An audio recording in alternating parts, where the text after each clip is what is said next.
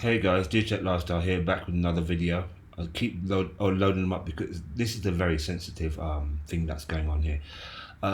Before I play you this video, I want to show you something. I can't read it out because person, Black Swan Capitalist, posted a video and he actually says he can't say what he wants to say in the video, so he's put it in a tweet, and I will play you the video.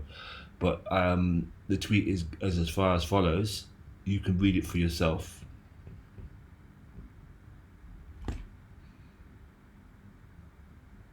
I'm not going to read all of it.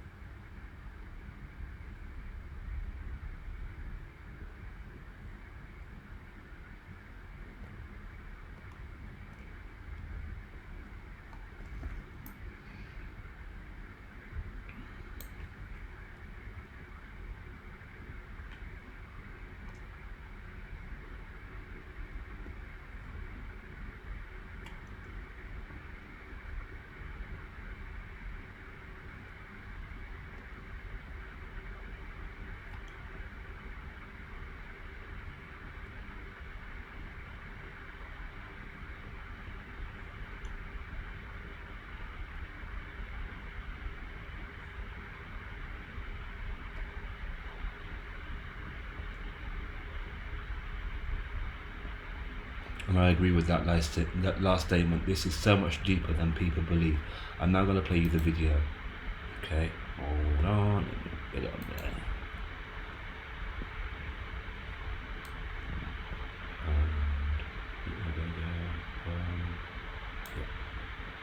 I do want to turn my attention to the Israel-Hamas conflict.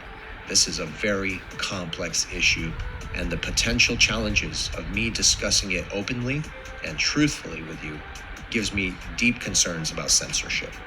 If I were to tell you what's really going on here, I guarantee you this channel would be shut down. So for those seeking a more comprehensive understanding of what's really going on behind this war, I encourage you to check out my Twitter account. I'll leave the link in the description below where you can actually read the insights and information that I did provide. But in essence, this conflict is like a puzzle with so many pieces. This was extremely well planned, very well coordinated. Every one of these various fighting groups knew each other, where they were going to go, what they were going to do, and they've inflicted very heavy losses on the Israelis as a result. So this is different, but no, Russia's had no hand in this. If I had asked you last week how militarily stable and strong and respected is Hamas, would you have answered the question differently than if I'm asking you that today? Oh, I think I probably would have said something similar to what the Israelis have said, that they're not capable of what they've done. It's important to understand and to grasp the reality of the external influences and interests that play a significant role in perpetuating war and conflict like this.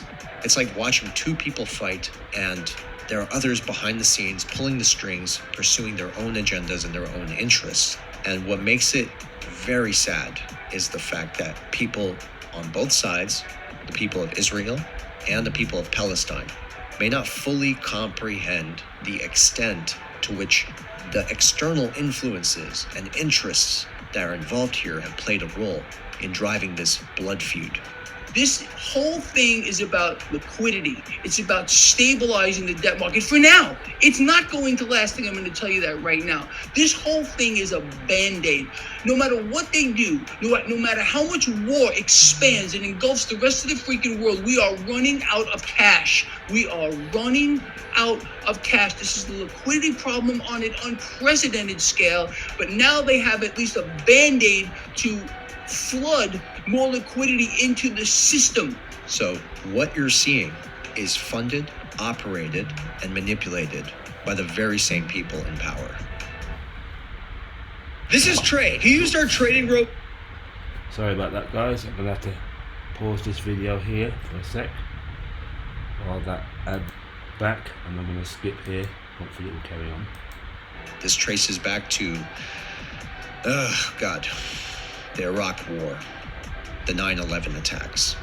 America illegally invaded the Middle East under false pretenses. So I'm not going to get into those details. I am, however, going to shift the focus to the broader implications of conflicts like this. 9/11 was itself a massive intelligence failure.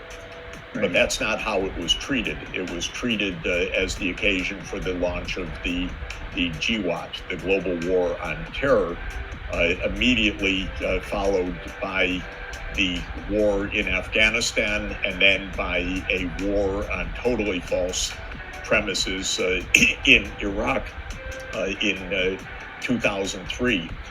In fact, we know that the intelligence was subverted in the case of Iraq, quite devastatingly. Basically, it was twisted by the senior politicians.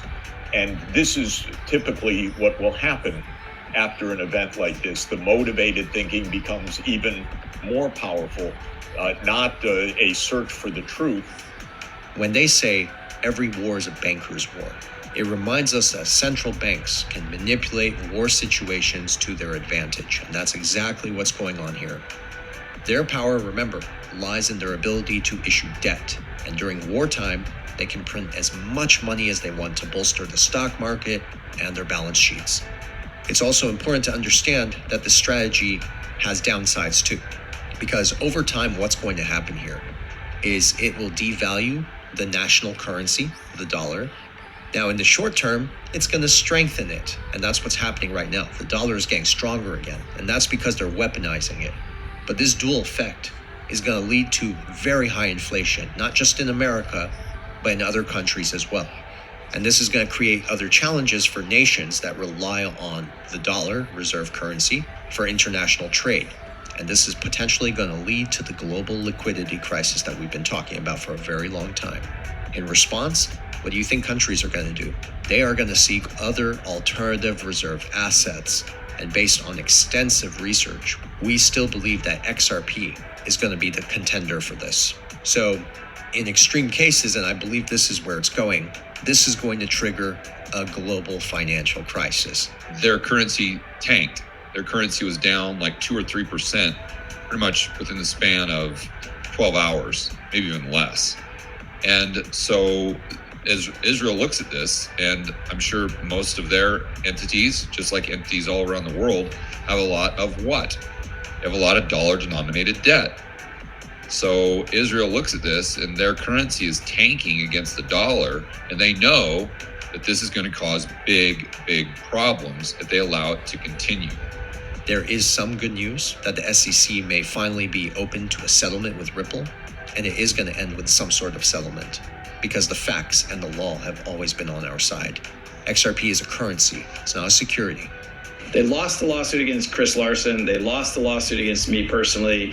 And Ripple mostly won the case that they brought against Ripple. And so there's one narrow piece, and the SEC, in my judgment, and as certainly many are reacting, the SEC clearly lost as a matter of law. And the judge wrote, XRP is not a security. And this ongoing conflict with the war can actually expedite the transition to a new financial system. But we cannot forget the grim consequences of war, the depletion of oil reserves and critical infrastructure, higher inflation, and disrupted supply chains. So you can certainly expect things to get more expensive in America and abroad.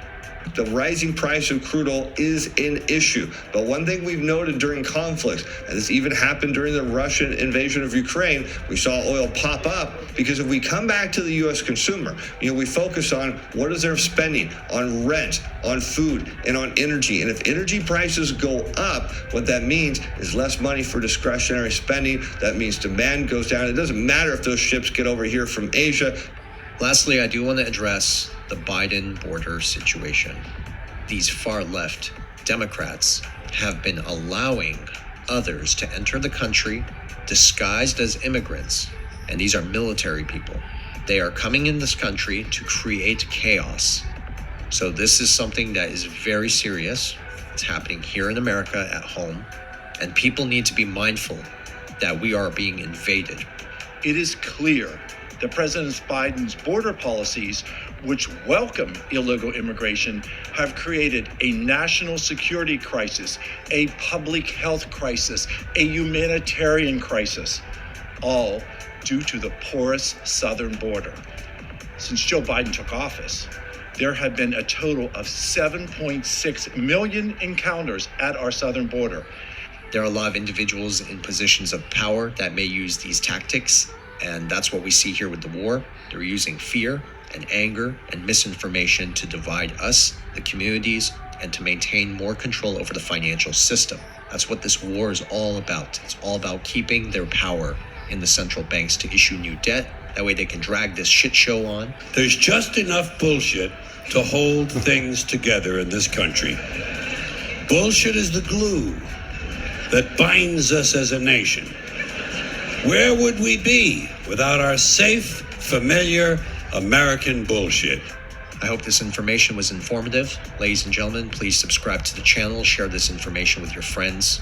And if there's anything important, I will bring it to your attention. But so far, I think we understand where we are and where this is going. So let's be patient, watch everything unfold, and we can talk about this later. So guys, listen, like I was trying to say, and I think he said it much more beautifully than I did. Every war, there is a catalyst and there's something behind it. And I think there's a lot more than we will ever know behind this war.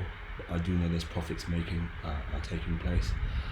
And unfortunately, we are the ones who suffer. But I don't think we have to for far too long. I hope that the war doesn't go the way they want it to go. I hope it's thwarted. However, you can position yourself to reap the rewards of some of this. You can even invest in some of these senators' stocks if you wish, if you've got that kind of money. But look at things like uranium, oil, gas, all those natural things. They're going to have to be used, and they are going to be going up in price at some point. And also digital assets. They will, like Black Swan Capital said, I think it's Vanda, XRP may be the one that they start using very, very soon, because they need to have liquidity, and XRP can provide that. Anyway, not financial advice. It's up to you. Do check lifestyle out, like and subscribe.